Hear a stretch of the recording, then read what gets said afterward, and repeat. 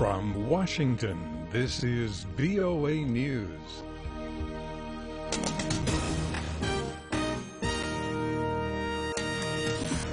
I'm David DeForest reporting. President Barack Obama and Russian President Vladimir Putin spoke briefly Sunday on the sidelines of the Asia-Pacific Economic Cooperation Summit in Peru. They are said to have talked about Syria and Ukraine. On Saturday, Mr. Obama spoke to young leaders from all over Latin America and told them not to assume the worst about President-elect Donald Trump. The outcomes of elections don't always turn out the way you would hope. And then we're going through that in the United States, and I'm doing everything I can to help facilitate a successful transition. President Obama. French conservatives voted Sunday in a nationwide primary to choose their nominee for next year's presidential election. The campaign focused on concerns about the influx of migrants into Europe and jihadist attacks on France. After Britain's Brexit vote and Donald Trump's victory in the U.S. presidential contest, the French presidential vote is shaping up as another effort between mainstream parties and rising populist forces. 7 candidates were in the running for the first round of the primary, with former President Nicolas Sarkozy and former Prime Ministers François Fillon and Alain Juppé leading the race. A closely watched contender is the far-right's Marine Le Pen, whose criticism of immigration and Muslim practices resonates with many voters. German Chancellor Angela Merkel announced Sunday she is seeking a 4th term in office.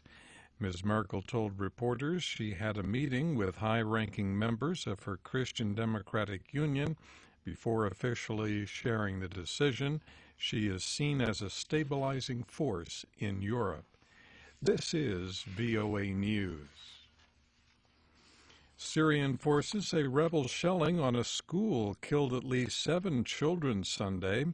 In the government-held part of Aleppo, dozens were reported wounded by the rocket fire on the Furqan neighborhood.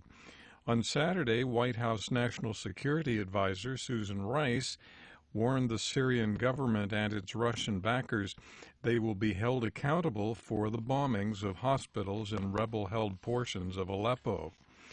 U.S. President-elect Donald Trump is meeting Sunday with more potential cabinet members and says he could be making additional key appointments to his new administration today.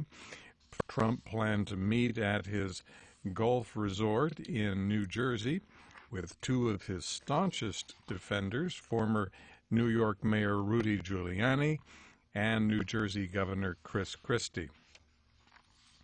U.S. media reports say top U.S. military and intelligence chiefs want President Barack Obama to fire the National Security Chief, Admiral Michael Rogers. The Washington Post was the first to report that Defense Secretary Ash Carter and Director of National Intelligence James Clapper made the recommendation last month. The reason for the push for Rogers' dismissal was not immediately clear. Syrian Foreign Minister Walid al-Muallem says his government is totally opposed to a proposal by UN envoy Staffan de Mistura for an autonomous zone in the opposition-controlled east of Aleppo. Edward Uranian reports. Syrian Foreign Minister Walid al-Muallem met with UN envoy de Mistura as the government's offensive, combined with Russian airstrikes, continued Sunday against rebel-held eastern Aleppo. Rebel fighters shelled government-controlled districts of the city, with casualties reported on both sides.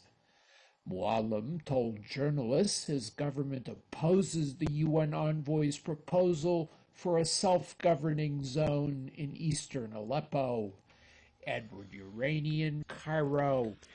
A train derailment in northern India has killed at least 104 people and injured more than 100. Rescue workers and volunteers searched through the badly mangled coaches to locate survivors. The derailment happened early Sunday morning near Kanpur in Uttar Pradesh state.